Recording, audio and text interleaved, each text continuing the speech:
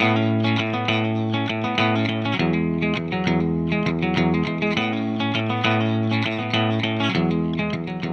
to the Andy Griffith Show, Facts and Trivia. Appreciate you being here.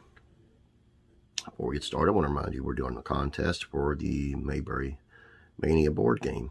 I'll let you know how to enter here in a bit, but we'll let you know that if you are answering the contest questions on the Facebook page, you must share the video to your Facebook.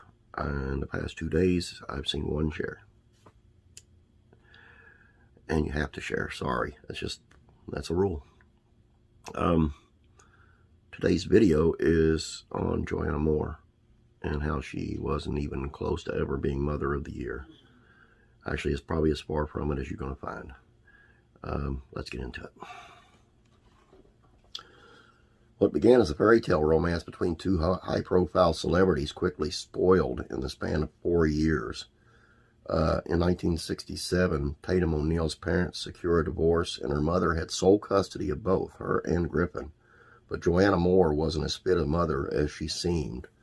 She was an addict whose actions transformed Tatum O'Neal's childhood into a living nightmare. Tatum O'Neal watched her mother lose herself to drugs and drink. Perhaps most shocking were accounts of starvation. Both she and Griffin weren't properly fed or clothed, suffered deeply from their mother's neglect. She claims that on one harrowing occasion, the two of them, trapped in a garage, resorted to eating dog food in order to stay alive. But the horrors didn't end there. Joanna Moore never actually mothered, and she often left her children unsupervised. They did anything they wanted, sometimes playing with fire and jumping off the roof, other times running away from home. In her own words, O'Neal recalled, "We went to the bathroom on the floor. We did a lot of crazy things because we didn't have any guidance at all." Not only was she robbed of her childhood, but she also experienced brutal beatings at the hands of her mother's 15-year-old boyfriend. The physical and emotional toll of her upbringing was unspeakable. She didn't go to school. Nobody fed her. Nobody offered her a shred of real love. Even her teeth were rotting out of her head. But there was one thing she still hoped for: her father. In 1970, Joanna Moore finally lost custody of her children, and beyond this, she never truly recovered her sobriety. In the wake of this separation, O'Neal and her brother were sent to live with her father. Things seemed to be looking up with her father. She experienced a more attentive parent than ever before. Perhaps she'd finally get the childhood she's been dreaming of, or not. Her father took his kids everywhere he went, but sadly, this didn't shield them from witnessing his playboy celebrity life.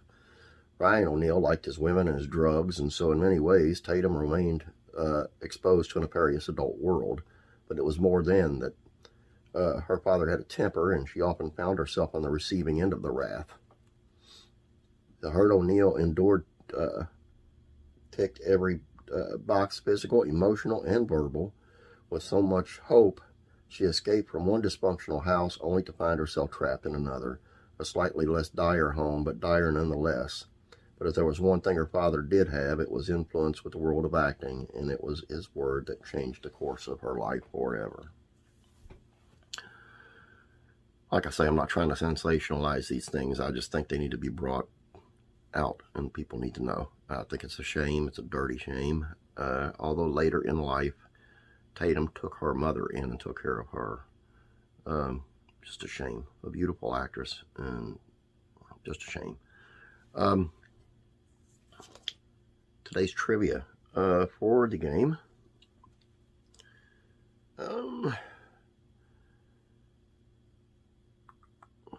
Okay, this one's going to be a little bit harder, okay? Actually, it's not. It's easy. They all are. Who is said to be the town jinx?